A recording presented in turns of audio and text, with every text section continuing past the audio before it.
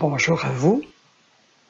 Dans cette capsule, je vous partage comment j'ai vécu mon parcours de proche aidante. Durant 7 ans, j'ai accompagné ma mère atteinte de la démence à corps de Lewy. C'est une maladie qui s'apparente à l'Alzheimer au niveau cognitif et au Parkinson au niveau physique. Au début, je me sentais démunie et impuissante. Ma mère perdait ses repères, je perdais aussi les miens. Moi, je voulais non seulement visiter ma mère, je voulais la soutenir dans sa descente aux enfers, puis je me sentais coupable parce que je savais pas comment faire. Elle me disait qu'elle se sentait abandonnée comme un chien. J'étais plongé dans une infinie tristesse. Essayer de lui faire entendre raison ne convenait plus, parce que c'était justement ça, un symptôme de cette cruelle maladie. Maman perdait la raison.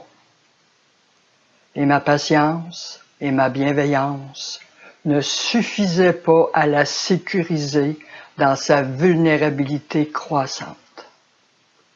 Je reconnaissais plus cette femme résiliente, débrouillarde, vive d'esprit, aux multiples ressources. Puis je savais pas comment interagir avec elle. Je gardais toutefois espoir. Quand j'amenais ma petite fille de 2 ans et demi visiter ma mère, elles étaient belles à voir toutes les deux. Je chantais leur complicité, puis l'amour passait entre les deux.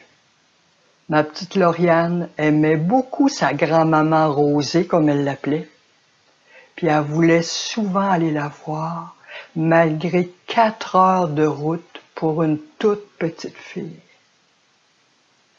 En voyant leur bien-être mutuel, je me suis promis qu'un jour, je deviendrais aussi habile qu'elle pour établir une connexion avec ma mère. Par l'attitude de ma petite fille, qui est devenue ma muse, mon inspiration, et après avoir été guidée par le livre de Joël Thomas, Je parle Alzheimer, le langage du cœur, une transformation intérieure s'est produite. J'ai lâché prise et j'ai fait le deuil de la maman que j'avais toujours connue avant sa maladie.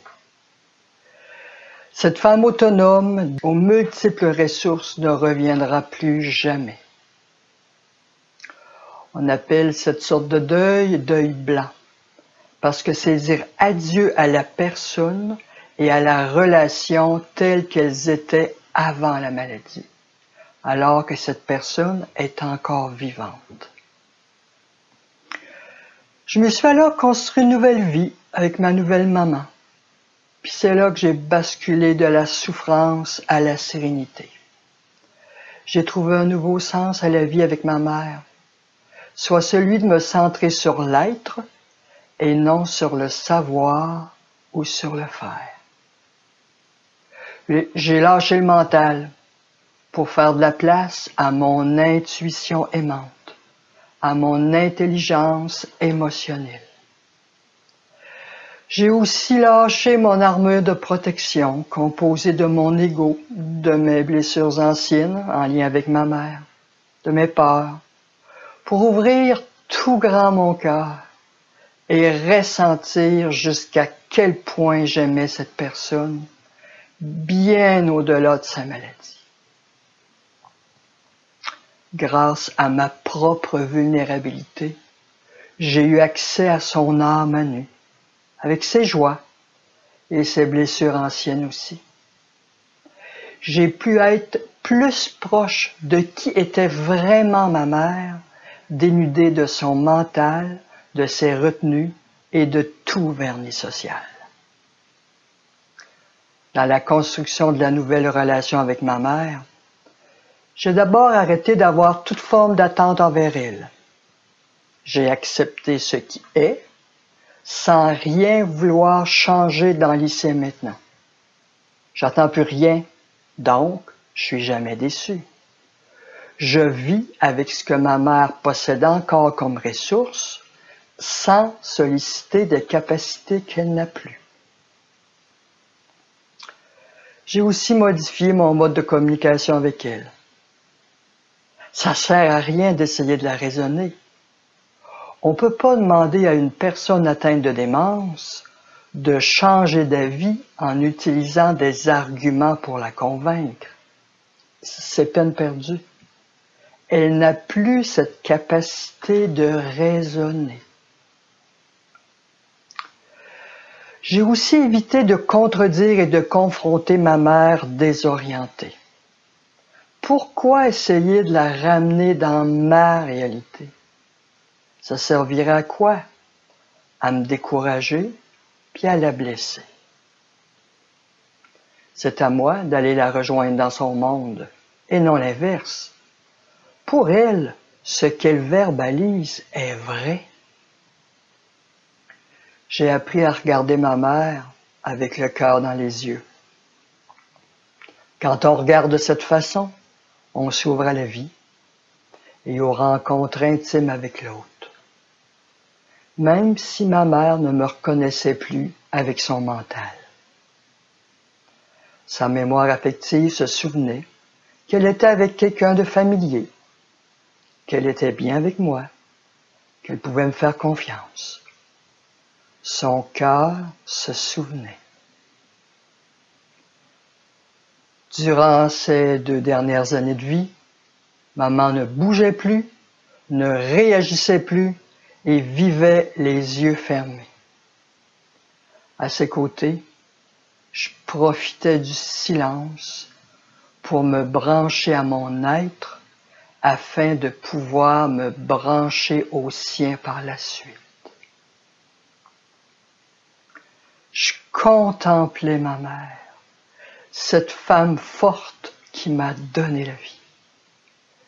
Je l'ai tellement regardée. Je veillais sur elle. J'étais dans la pleine présence. Tout de moi était sollicité. Mes antennes aiguisées pour capter les moindres détails afin de pouvoir réagir de façon ajustée à ses besoins. Mon cœur tout grand ouvert pour l'aimer avec toute ma tendresse. Mon corps sans barrière, capable de se servir du contact physique pour lui manifester ma présence aimante. J'étais loin d'avoir tout perdu de ma mère. Je gagnais un énorme cadeau, un trésor sans prix. J'avais accès à sa nature profonde, à son essence, le plus beau, le plus grand de l'humain. Le cœur complètement ouvert et disponible, je me laissais émouvoir par la beauté intérieure qui émanait de son être. Je pouvais ressentir chacune de ses qualités de cœur qui se déroulaient devant moi comme des scènes d'un film. Son courage, sa bonté, sa générosité, sa persévérance, son dévouement, sa vaillance, son accueil, sa capacité de pardonner, sa compassion, son goût de vivre. Je l'admirais de tout mon être. Le reste n'avait plus aucune importance. J'étais hors du temps. Je prenais le temps. Parfois mes larmes coulaient tout doucement et parfois aussi celles de ma mère. Nous étions présentes et en lien avec l'autre, bien au-delà de notre mental. Ces heures de silence à ses côtés étaient infiniment pleines de vie et d'amour à l'état pur. Je sortais du CHSLD, souvent plus énergisé qu'avant d'y entrer. Puis j'avais passé 3, 4, 5 heures à ses côtés. Je me nourrissais de l'être, du cœur de ma mère, de notre connexion profonde ensemble. C'était comme si, au-delà de son corps inanimé, elle me communiquait son courage, sa force de vivre et tout son amour. En assumant mon deuil blanc constant, mais en plus de pouvoir vivre dans le moment présent avec ma mère et d'être plus ajusté dans ma façon de communiquer avec elle, je pouvais ressentir les richesses qu'elle m'offrait, ce qui me préservait de l'épuisement parce que je recevais beaucoup d'elle. En fait, je recevais autant que je donnais. Par sa démence, ma chère maman Rosée m'a permis de goûter au meilleur d'elle-même, au meilleur de son être, puis au meilleur de moi aussi. Sa très grande vulnérabilité est venue chercher le meilleur en moi. J'ai mis toute ma tendresse, ma douceur, ma bienveillance et tout mon amour en pleine action pour rejoindre ma mère bien au-delà des mots. J'ai vécu l'extraordinaire connexion des cœurs sans aucun filtre ni vernis social. C'est tout un privilège de se sentir aussi proche de l'essence d'un être cher. C'est le voyage le plus significatif de ma vie, celui qui m'a profondément nourri et transformé. J'ai appris à lâcher prise sur ce que je ne peux pas changer, puis à vivre le moment présent. Mon humanité a été stimulée et vivifiée. J'ai aussi eu l'occasion d'ouvrir tout grand mon réservoir de tendresse pour le partager avec ma chère maman et avec plusieurs autres personnes vulnérables que je côtoyais au quotidien en allant accompagner ma mère au CHSLD. Je savais pas que j'avais autant cette capacité d'entrer en connexion de cœur à cœur avec des êtres démunis de leur mental. J'ai aussi pu goûter à l'intensité de l'amour en me laissant être vulnérable, en m'ouvrant complètement le cœur. C'est aussi lors de ce grand voyage que j'ai pleinement compris la portée de la phrase que le renard dit au petit prince. « Tu seras pour moi unique au monde. » Grâce à la démence de ma mère, elle et moi avons pris le temps de nous apprivoiser et nous avons eu besoin l'une de l'autre. Alors, si vous désirez en savoir davantage sur comment j'ai réussi à maintenir un lien adapté avec ma mère, puis comment je suis passé de la détresse à la sérénité, vous pouvez lire mon livre qui se nomme « Et si perdre la tête rapprochait les cœurs ». J'ai mis les coordonnées en bas de cette vidéo. Alors, je vous dis à la prochaine dans une nouvelle capsule.